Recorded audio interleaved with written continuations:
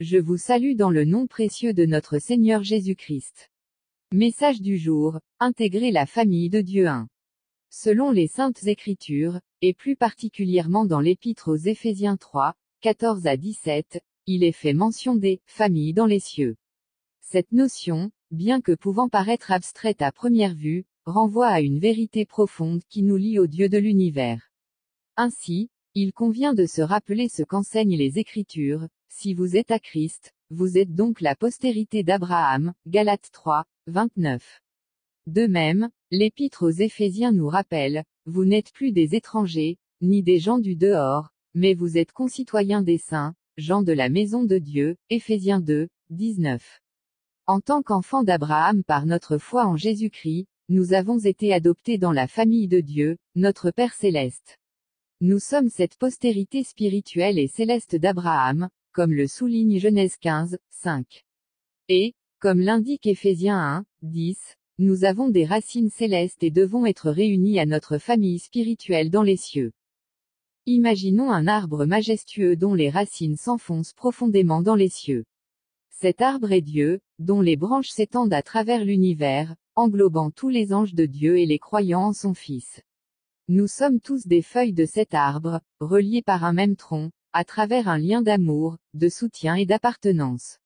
En tant que membres de la famille de Dieu, nous sommes unis, non par le sang, mais par l'Esprit. Cette unité dépasse toutes les différences culturelles, sociales ou raciales. En étant ainsi enracinés en Dieu, nous découvrons notre véritable identité. Nous ne sommes plus des individus isolés, mais des enfants de Dieu, héritiers de son royaume. La famille de Dieu, sous cette perspective, englobe toutes les créatures célestes, y compris les ordres angéliques, et tous les croyants, qu'ils soient vivants sur terre ou déjà présents dans la gloire de Dieu. L'auteur de l'Épître aux Hébreux nous introduit dans cette communion débordante de joie et d'exaltation. Il écrit: vous vous êtes approchés de la montagne de Sion, de la cité du Dieu vivant, la Jérusalem céleste, des myriades qui forment le chœur des anges, de l'assemblée des premiers-nés inscrits dans les cieux, du juge qui est le Dieu de tous, des esprits des justes parvenus à la perfection, de Jésus, le médiateur de la nouvelle alliance, et du sang de l'aspersion qui parle mieux que celui d'Abel. Hébreux 12, 22 à 24.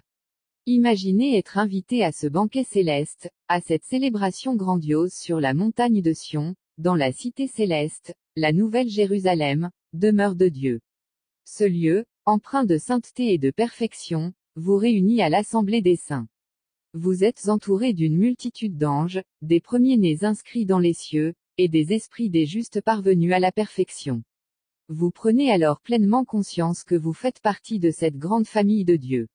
Jésus, notre médiateur et grand prêtre, qui a ouvert le chemin vers Dieu par son sacrifice, est au centre de cette assemblée.